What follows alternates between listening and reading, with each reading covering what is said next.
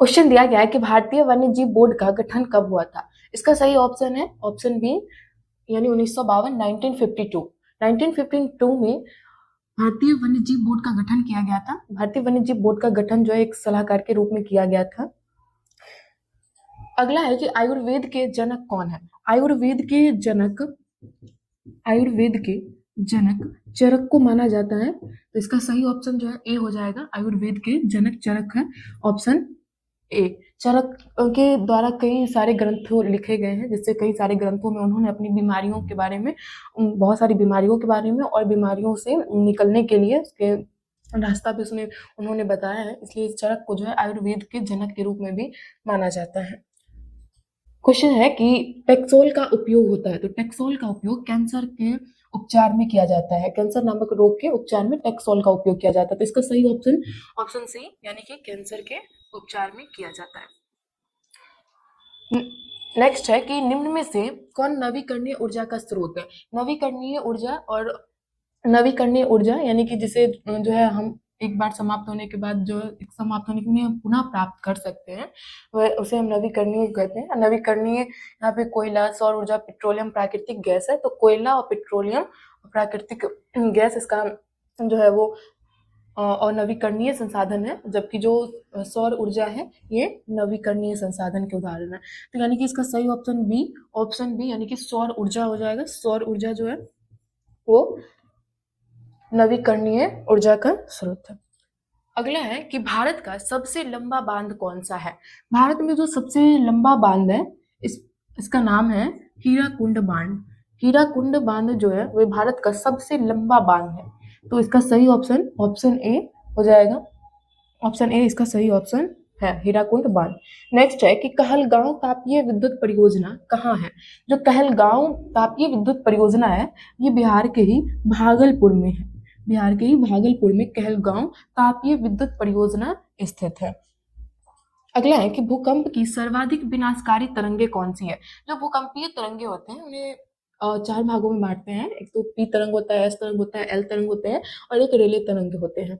तो जो सबसे विनाशकारी तरंगे हैं वो एल तरंगे हैं। ये पृथ्वी के सरफेस पे बहुत धीमी गति से ये पहुंचते हैं, मतलब थोड़ा पी तरंगे, एस तरंगे की बाद जो है एल तरंगे पहुंचती हैं, लेकिन ये सबसे ज्यादा जो है वो विनाशकारी तरंगे होती हैं। नेक्स्ट है कि निम्न में से किस नदी को बिहार का शोक कहा जाता है। तो बिहार का शोक जो है वो कोसी नदी को कहा जाता है, क्योंकि कोसी नदी जो है वो अपने मार्ग परिवर्तन की वजह से बिहार में कई बार जो है वो हर वर्ष बाढ़ लाते रहती है। इस वजह से बिहार का शोक नदी जो है वो कोसी नदी को कहा जाता है।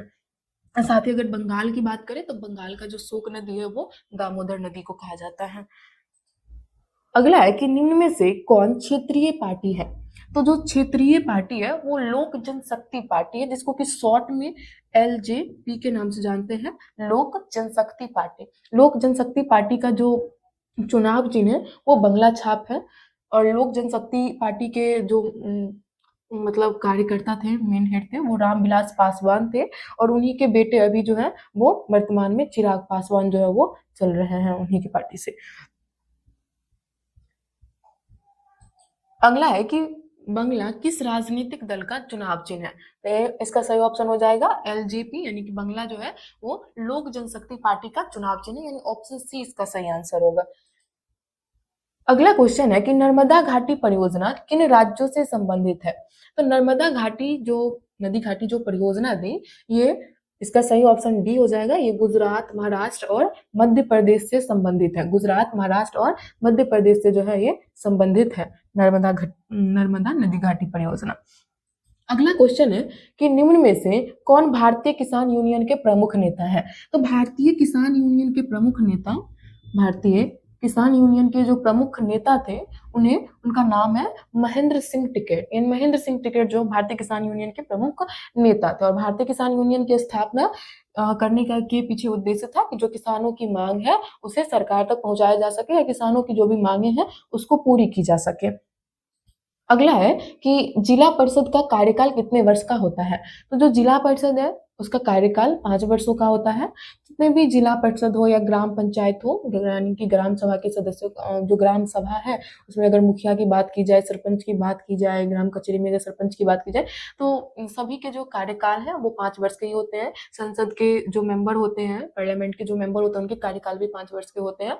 तो जो राज्यसभा के जो सदस्य होते हैं उनका कार्यकाल 6 वर्षों का होता है, क्योंकि उनमें से हर 2 वर्ष पे 1/3 जो उनके सदस्य होते हैं राज्यसभा के वो रिटायर हो जाते हैं। तो इस तरह से राज्यसभा के जो सदस्य होते हैं उनका कार्यकाल 6 वर्षों का होता है, अन्य सभी का कार्यकाल जो 5 वर्षों का होता है।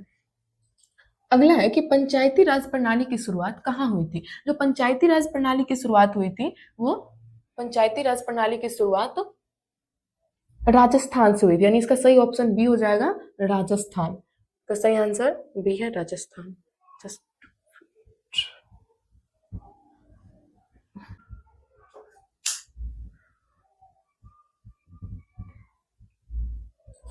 अगला क्वेश्चन है कि ग्राम पंचायत का प्रधान कौन होता है। तो ग्राम पंचायत का जो प्रधान है वो मुखिया होता है। ग्राम पंचायत के प्रधान मुखिया को माना जाता है, और मुखिया का भी कार्यकाल जो है वो 5 वर्षों का होता है। और मुखिया का जो चुनाव होता है वो ग्राम सभा के जितने सदस्य होते हैं वो मुखिया को चुनते हैं, यानी वो वोट करते हैं और वोट के माध्यम से वो मुखिया को चुनते हैं।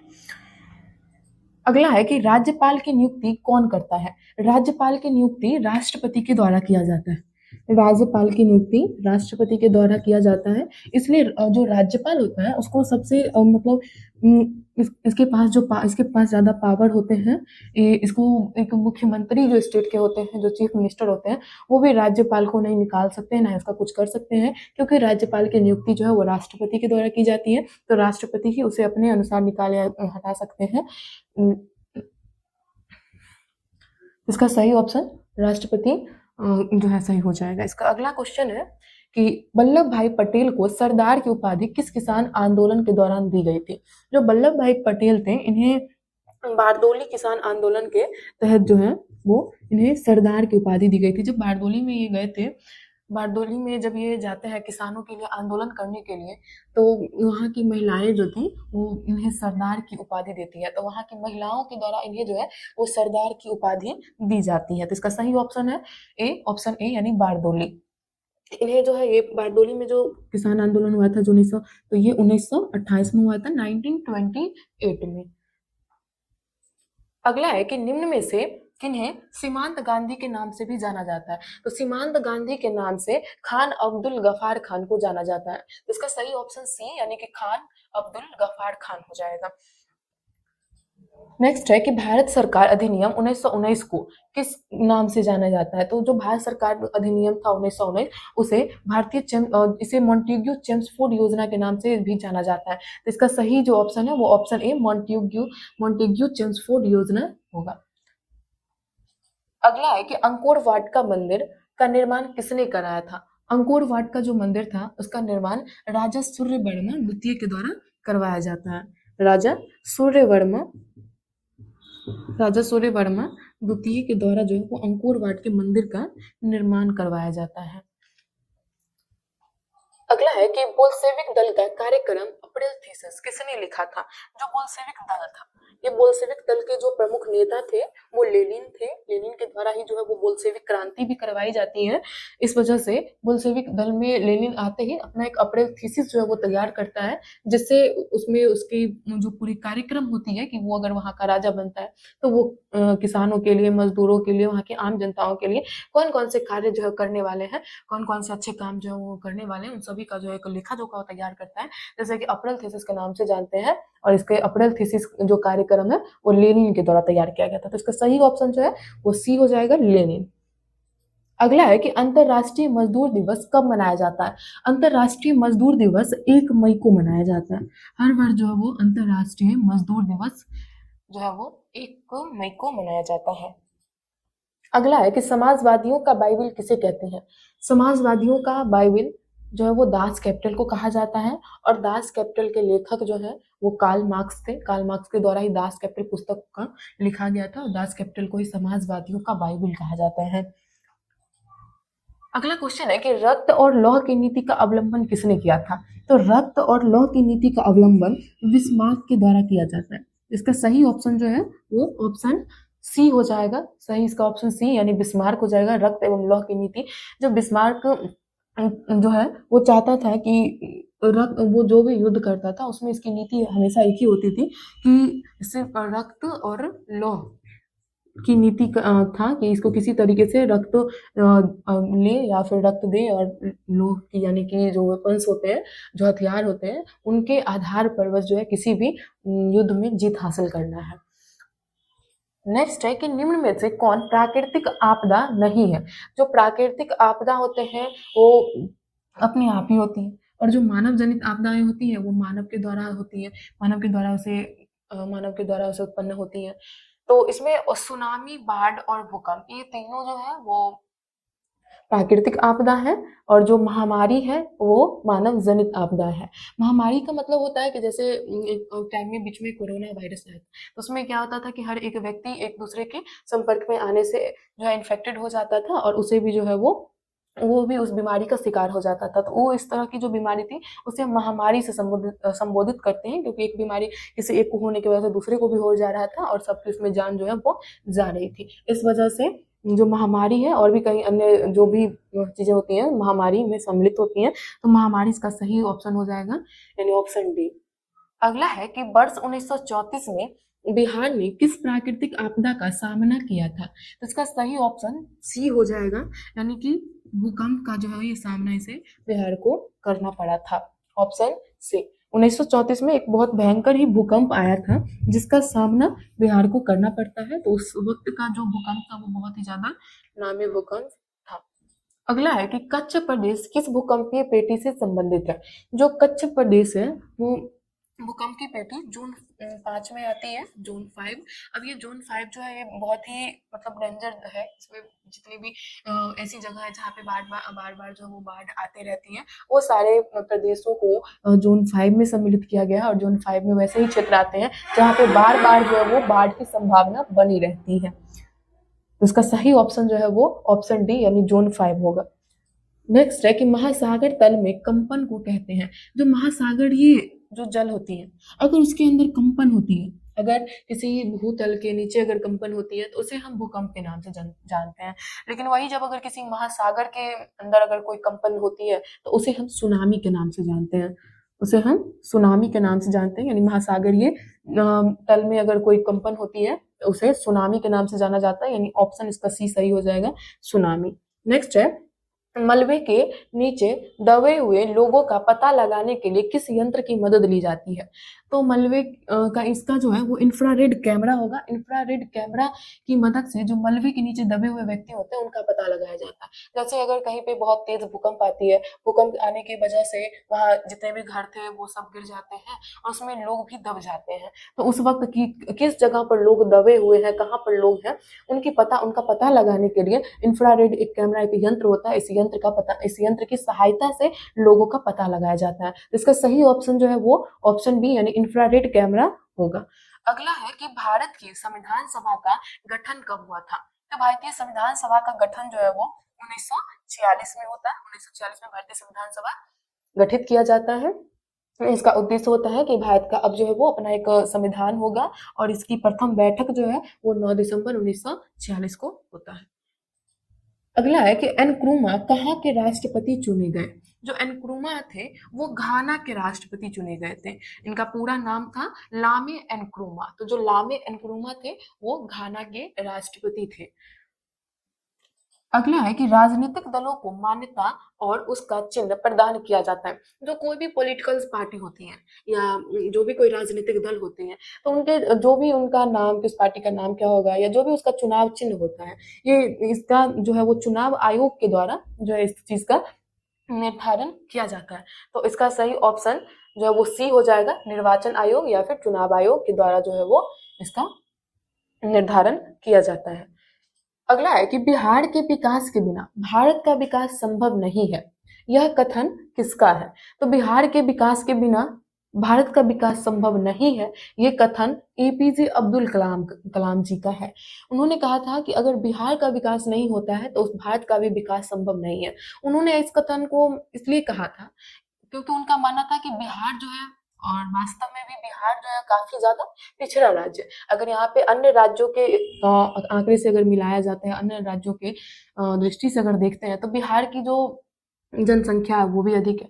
बिहार की अगर जो गरीबी है बिहार में वो भी सबसे अधिक है। अगर भ्रष्टाचार की बात करें तो वो भी बिहार में अधिक है और भ्रष्टाचार की वजह से कहीं न कहीं जो है वो बिहार विकसित नहीं कर पा रहा है। तो इस वजह से इसका जो है अब्दुल कलाम जी जो हैं उन्होंने कहा था कि बिहार के विकास के बिना भारत का विकास कभी भी संभव नहीं है।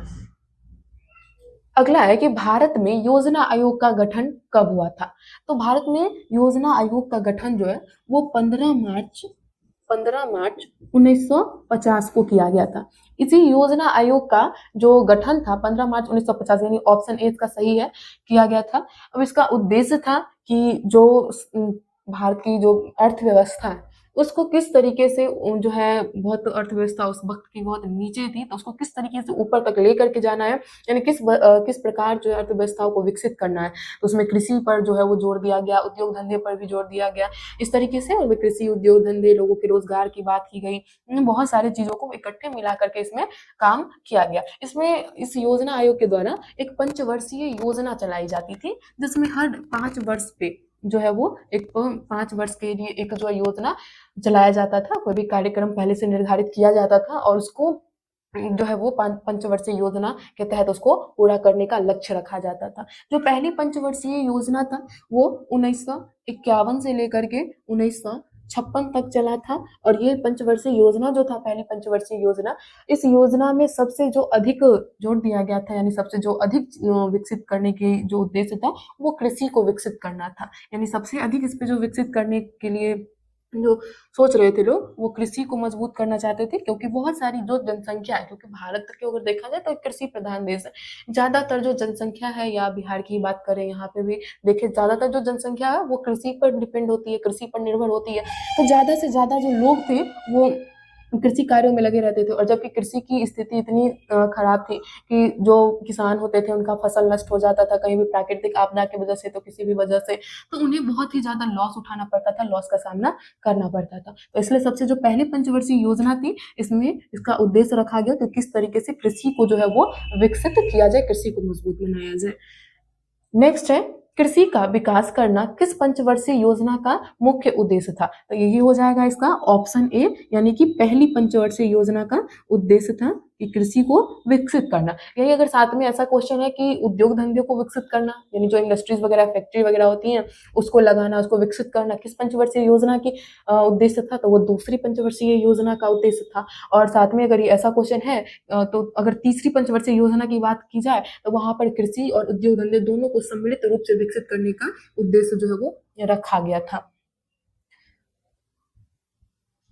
नेक्स्ट है कि मानव विकास रिपोर्ट का प्रकाशन निम्न में से किसके द्वारा किया जाता है? जो मानव विकास रिपोर्ट है, मानव विकास रिपोर्ट यूएनडीपी के द्वारा जारी किया जाता है, जिसको जो है वो यूएनडीपी का फुल फॉर्म है United Nation development programme, UNDP,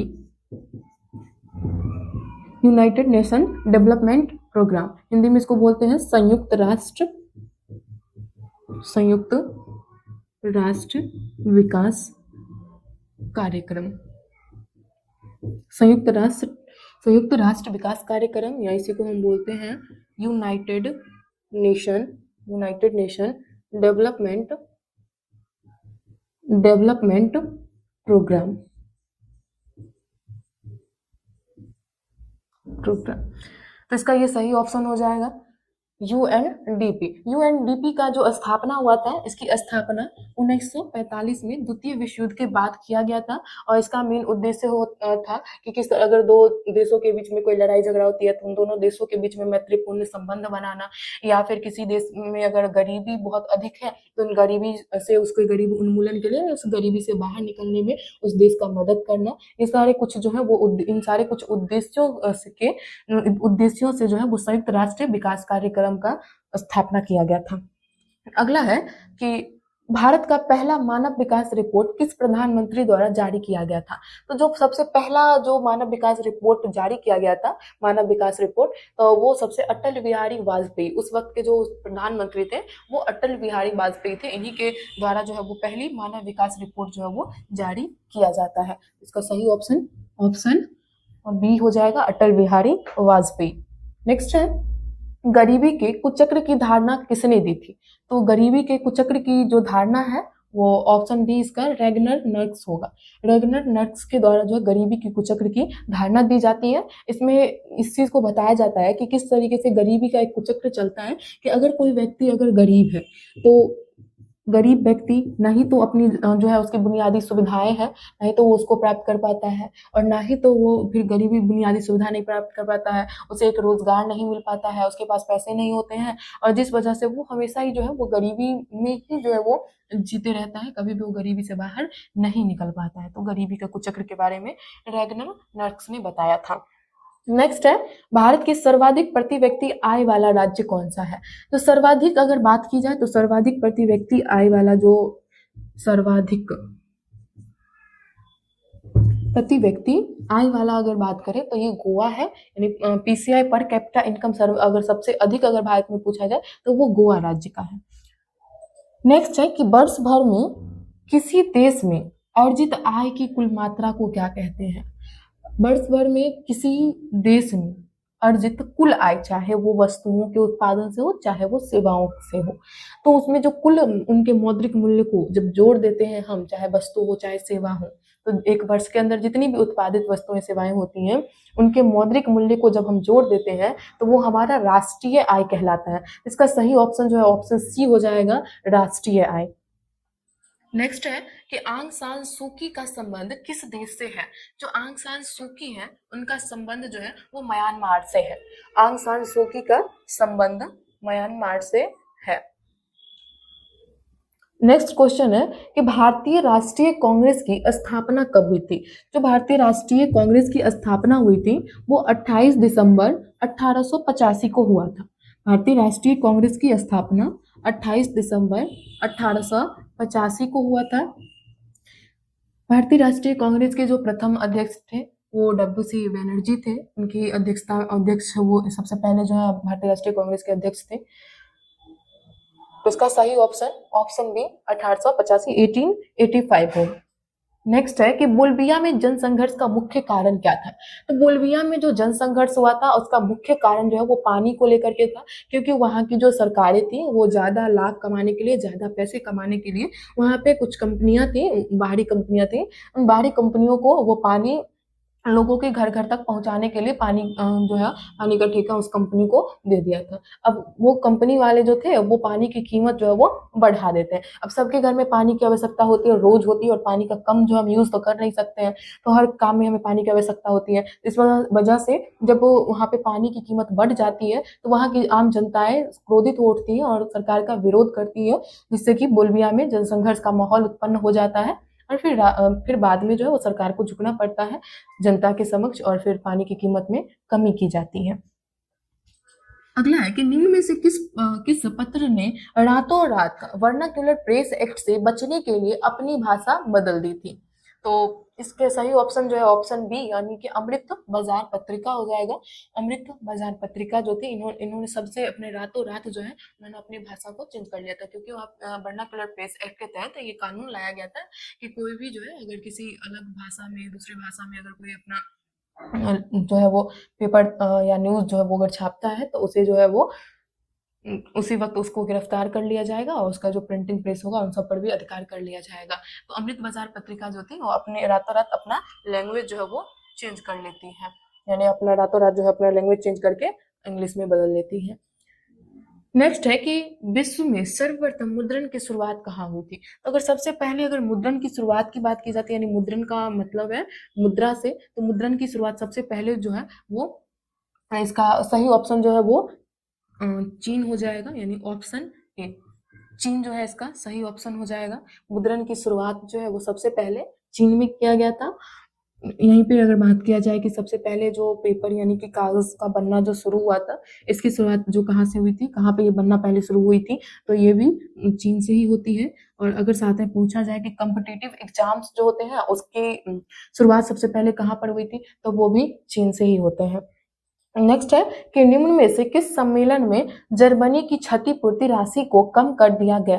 तो इसका सही जो ऑप्शन है, ऑप्शन डी हो जाएगा, लॉसले सम्मेलन।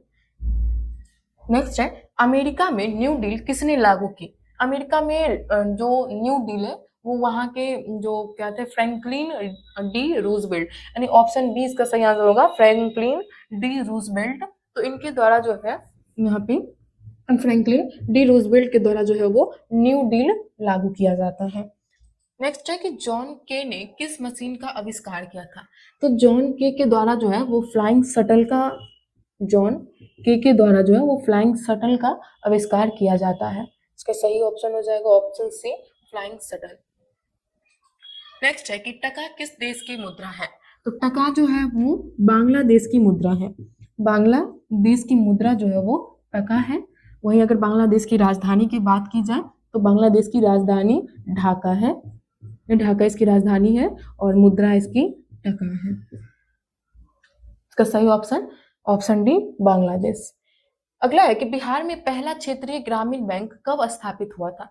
तो जो पहला क्षेत्रीय ग्रामीण बैंक स्थापित हुआ था वो 1976 में, यानी कि 1976 में पहला जो है वो क्षेत्रीय ग्रामीण बैंक की स्थापना हुई थी।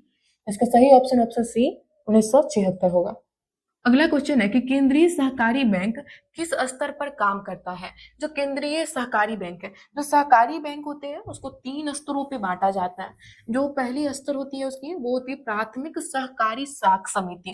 जो इसका पहला स्तर होता है उसको क्या बोलते हैं? तो प्राथमिक सहकारी साख समिति बोलते हैं, प्राथमिक सहकारी साख समिति।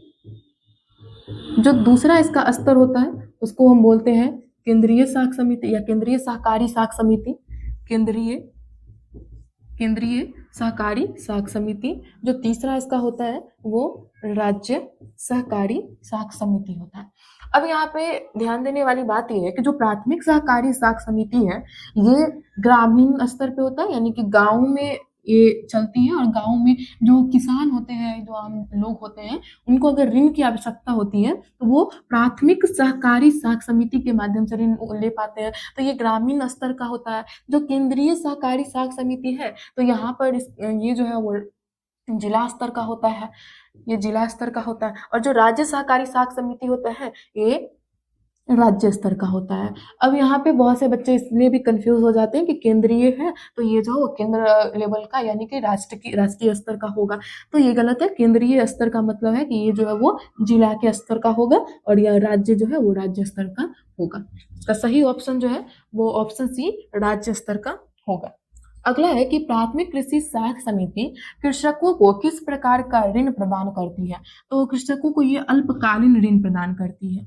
अल्पकालीन यानी कि कम समय के लिए जो है वो कुछ महीनों से लेकर के 3 महीने 6 महीने से लेकर के अगर 1 वर्ष तक की भी अगर जरूरत हो तो वहाँ पे प्राथमिक कृषि साख समिति जो है, सहकारी साख समिति, यही जो है वो किसानों को ऋण उपलब्ध करवाती है।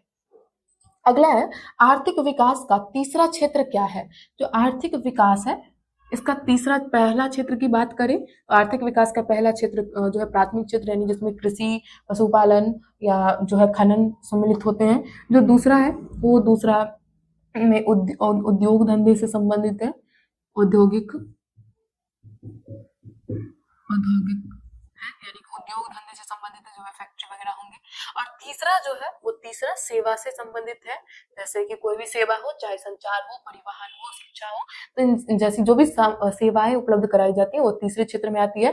तो आर्थिक विकास का जो तीसरा क्षेत्र है उसे हम एक तो तृतीय क्षेत्र या फिर इसे ही हम सेवा क्षेत्र के नाम से भी जानते हैं। अगला है कि सरकार द्वारा लगाए गए अनावश्यक नियंत्रणों तथा प्रतिबंधों को हटाना क्या कहलाता है?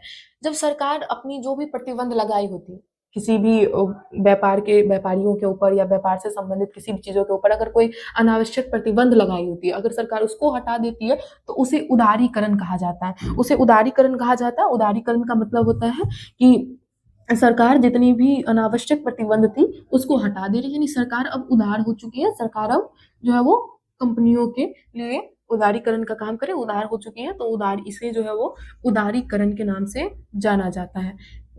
उदारीकरण अनावश्यक प्रतिबंधों को कंपनियों के ऊपर से हटा देना, ताकि कंपनी जो है बिना किसी प्रतिबंध के आकर के अपना काम जो है वो सही से कर सके, सही से फैक्ट्री लगा सके, सही से उत्पादन कर सके, उसके ऊपर टैक्स भी ना लगे। तो अपने अनावश्यक जो भी उसके ऊपर प्रतिबंध लगे थे वो हट हट जाने का मतलब होता है उदारीकरण। साथ ही निजीकरण की बात करें तो निजीकरण जो है वो किसी भी जो सरकारी संपत्ति होती है, कोई भी सरकारी कंपनी हो, तो जब सरकार उसे किसी निजी व्यक्ति के हाथों में अगर बेच देती है तो उसे निजीकरण कहा जाता है। और वैश्वीकरण का मतलब होता है कि जो किसी देश के अंदर की जो भी कंपनी हो, जो भी अर्थव्यवस्था से जुड़ी जो भी चीजें हैं, उनको वैश्विक स्तर पर यानी दूसरे देशों में भी जो उसको पहुंचाना, दूसरे देशों से भी उसको जोड़ देना जो है वो वैश्वीकरण कहलाता है, जिसे इंग्लिश में ग्लोबलाइजेशन कहा जाता है। नेक्स्ट है विश्व व्यापार संगठन का मुख्यालय कहाँ है? तो इसका सही ऑप्शन जेनेवा हो जाएगा। विश्व व्यापार संगठन का जो मुख्यालय है वो जेनेवा में स्थापित है। नेक्स्ट है वर्तमान में उपभोक्ता संरक्षण हेतु कितने राज्य आयोग काम कर रहे हैं? तो इसका सही ऑप्शन जो है वो ऑप्शन बी होगा, यानी कि 35 जो है वो वर्तमान में उपभोक्ता संरक्षण हेतु आयोग काम कर रहे हैं। उपभोक्ता संरक्षण का मतलब है कि जो भी कस्टमर होते हैं उनके संरक्षण के लिए जो अलग अलग तरह के आयोग बनाए जाते हैं, तो इस तरह से 35 आयोग जो है वो उपभोक्ता के संरक्षण के लिए कार्य कर रहे हैं। नेक्स्ट है हुगली औद्योगिक प्रदेश का केंद्र है। तो हुगली औद्योगिक प्रदेश का केंद्र जो है वो कोलकाता हावड़ा है। हुगली औद्योगिक प्रदेश का केंद्र कोलकाता हावड़ा, यानी ऑप्शन डी इसका सही होगा। नेक्स्ट है भारत का सबसे छोटा रेलवे जोन कौन है? तो भारत का सबसे जो छोटा रेलवे है यानी वो उत्तर पूर्वी सीमांत रेलवे है। उत्तर पूर्वी सीमांत रेलवे जो है, सीमांत रेलवे सबसे छोटा जो है वो जोन है, उत्तर पूर्वी सीमांत रेलवे। नेक्स्ट है फाल्टा विशेष आर्थिक क्षेत्र कहाँ स्थित है? तो जो ये फाल्टा विशेष आर्थिक क्षेत्र है, ये फाल्टा पश्चिम बंगाल में स्थित है। पश्चिम बंगाल में, वेस्ट बंगाल में जो है ये स्थापित है फाल्टा। नेक्स्ट है कि भारत का पहला सीमेंट संयंत्र कहाँ स्थापित हुआ? तो भारत का पहला सीमेंट संयंत्र जो है वो चेन्नई में स्थापित हुआ था। नेक्स्ट है भारत का बर्मिंघम किस शहर को कहा जाता है? तो बर्मिंघम जो है भारत का वो जमशेदपुर को कहा जाता है। नेक्स्ट है कि निम्न में से कौन जीवाश्म ईंधन है? कोयला, पेट्रोलियम, प्राकृतिक गैस, इनमें से सभी। तो जो जीवाश्म ईंधन है वो कोयला, पेट्रोलियम और प्राकृतिक गैस, यानी कि इनमें से सभी इसका जो है वो सही ऑप्शन होगा। कोयला, पेट्रोलियम और प्राकृतिक गैस जो है वो जीवाश्म ईंधन के अंतर्गत आते हैं। नेक्स्ट है बाघ परियोजना की शुरुआत कब हुई थी? तो बाघ परियोजना की शुरुआत जो है वो 1973 में यानी 1973 में हुआ था। इसका सही ऑप्शन जो है वो ऑप्शन बी होगा। 1973 में बाघ परियोजना की शुरुआत की जाती है। अगला है काजीरंगा राष्ट्रीय उद्यान कहाँ स्थित है? तो काजीरंगा राष्ट्रीय उद्यान जो है वो असम में स्थित है। काजीरंगा काजीरंगा राष्ट्रीय उद्यान जो है वो असम में स्थित है। नेक्स्ट है वर्नाक्युलर प्रेस एक्ट को किसने रद्द किया था? तो वर्नाक्युलर प्रेस एक्ट को लॉर्ड रिपन के द्वारा जो है, लॉर्ड रिपन के द्वारा जो है इसे निरस्त किया जाता है, यानी इसे जो है वो रद्द किया जाता है, लॉर्ड रिपन। नेक्स्ट है कि रूस में अल्पमत वाला दल क्या कहलाता है? रूस में दो तरह की दल हुआ करती थी। जो अल्पमत वाले थे वो मेंशेविक दल कहलाते थे, और जो बहुमत वाले दल थे जो उन्हें बोल्शेविक दल कहते थे। तो अल्पमत वाले जो थे, अल्पमत में वो लोग आते थे जो बड़े बड़े जमींदार होते थे या जो पूंजीपति वर्ग के लोग होते थे, जिनके पास बहुत अधिक पैसे संपत्ति हुआ करते थे, तो वो सारे लोग जो थे वो मेंशेविक दल में आते थे। मेंशेविक दल में ये सारे लोग जो थे वो आते थे, तो इसका मेंशेविक नाम है। वहीं पे जो बोल्शेविक दल था उसमें जितने भी गरीब लोग, आम जनता, मजदूर, ये सभी जो थे वो सभी आते थे बोल्शेविक दल में। अगला है बाओ दाई की सरकार कहाँ थी? तो जो वियतनाम का है, वियतनाम का विभाजन हुआ था उत्तरी वियतनाम और दक्षिणी वियतनाम में। तो उत्तरी वियतनाम में हो ची मिन्ह की सरकार बनी थी और दक्षिणी वियतनाम में बाओ दाई की सरकार बनी थी। तो इसका सही ऑप्शन ऑप्शन बी हो जाएगा, दक्षिणी वियतनाम। दक्षिणी वियतनाम में बाओ दाई की सरकार बनती है और उत्तरी वियतनाम में हो ची मिन्ह की सरकार बनती है। नेक्स्ट है उत्तरी और दक्षिणी वियतनाम का एकीकरण कब हुआ था? तो एकीकरण इसका 1975 में यानी कि 1975 में हुआ था। नेक्स्ट है कि निम्न में से किसके योगदान से इटली का एकीकरण पूर्ण हुआ? Mazzini, Count Cavour, Victor Emmanuel और इनमें से सभी। तो ये इनमें से सभी होंगे क्योंकि Mazzini, Count Cavour, Victor Emmanuel Emmanuel दोनों जो मतलब इन तीनों की जो है वो सहायता से ही जो है वो इटली का एकीकरण हुआ था। इसमें हम किसी एक को ज्यादा जो है अहमियत नहीं दे सकते, तीनों ने ही अपना जो प्रयास किया था इटली के एकीकरण के लिए। नेक्स्ट है हीगेल किस देश का दार्शनिक था? तो हीगेल जो है वो जर्मनी का दार्शनिक था। हीगेल जर्मनी का दार्शनिक था। हीगेल का संबंध जर्मनी से है। अगला है जर्मन राइन राज्य का निर्माण किसने किया था? तो जर्मन राइन राज्य का जो निर्माण है वो नेपोलियन बोनापार्ट के द्वारा किया जाता है। नेपोलियन बोनापार्ट जो है उसी के द्वारा जो है वो जर्मन राइन राज्य का निर्माण किया जाता है, जिसमें जो जर्मनी होती है उसमें बहुत सारे टुकड़ों में बहुत सारे क्षेत्रों में बटी होती है, जो छोटे बड़े क्षेत्रों में, तो उन सबको इकट्ठे एक जोड़ करके एक जो है जर्मन राइन राज्य का निर्माण किया जाता है। तो इसमें ये नेपोलियन बोनापार्ट के द्वारा ही यह कार्य किया जाता है। अगला क्वेश्चन है कि अंतरराष्ट्रीय महिला दिवस की घोषणा किस संस्था ने की थी? ऑप्शन है अंतरराष्ट्रीय महिला आयोग, संयुक्त राष्ट्र संघ, यूरोपीय संघ, आसियान। इसका सही ऑप्शन होगा ऑप्शन बी यानी कि संयुक्त राष्ट्र संघ। संयुक्त राष्ट्र संघ के द्वारा जो है वो अंतरराष्ट्रीय महिला दिवस की जो है वो घोषणा की जाती है। संयुक्त राष्ट्र संघ के द्वारा ही अंतरराष्ट्रीय महिला दिवस की घोषणा की जाती है और इसमें हर वर्ष जो है वो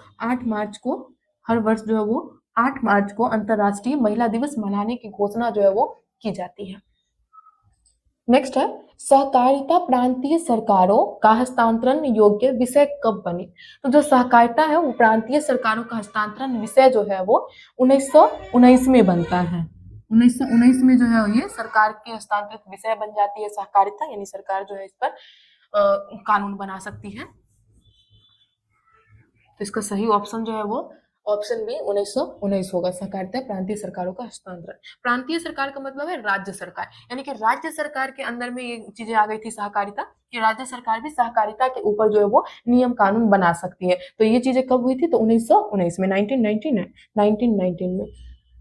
नेक्स्ट है मैग्नीज उत्पादन में अग्रणी राज्य कौन है? यानी अग्रणी का मतलब होता है सबसे आगे। तो मैग्नीज उत्पादन में सबसे आगे जो है वो ओडिशा, मैग्नीज के उत्पादन में सबसे आगे ओडिशा है।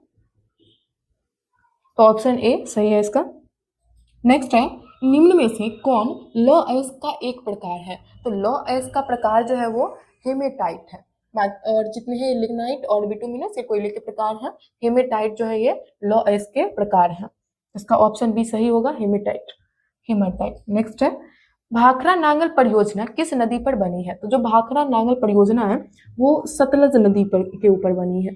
सतलज नदी के ऊपर जो भाखड़ा नांगल परियोजना बनाई गई है। ऑप्शन बी सही होगा इसका।